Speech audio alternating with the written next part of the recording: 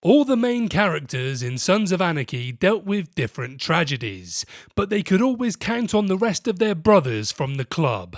However, SAMCRO constantly failed Opie Winston, one of its most loyal members. Sons of Anarchy was full of drama, betrayals and tragedies, and while brotherhood was one of its central themes, the club massively failed one of its best men. But before we head back to Charming, I want to first apologise for the voice. I'm still in the clutches of a cold.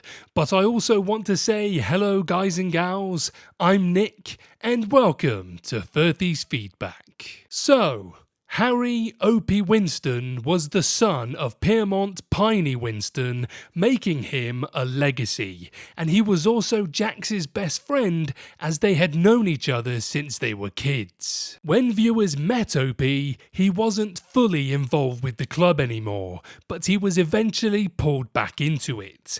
But that unleashed a series of tragedies for him, and SAMCRO ultimately failed him constantly. Opie made his debut in Sons of Anarchy Season 1, where it was revealed that he had been recently released from prison on club-related crimes. So he was now working as a lumberjack and staying away from the club as much as possible, as he promised his wife Donna that he was done with the club life. However, his family was facing a lot of debt and he ended up returning to the club even though Donna wasn't happy about it.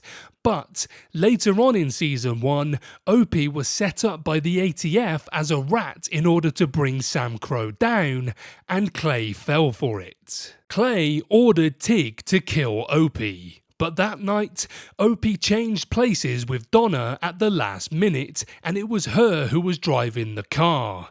Unfortunately, Tig didn't notice the change and he killed Donna. Opie never fully recovered from Donna's death, and the club failed him again in Sons of Anarchy Season 4.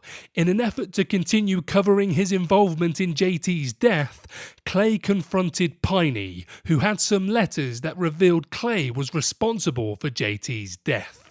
But Clay didn't trust him, and he killed him, and tried to make it look as if the Lobo Sonora did it. Opie found out that Clay was responsible for Piney's death and confronted him, but Jax stopped him from killing Clay, even though Piney's death was enough reason for Clay to meet Mr. Mayhem. SAMCRO failed Opie since before the events of Season 1, as his involvement with the club sent him to jail. Clay later tried to kill him and instead killed his wife, and he later killed his father.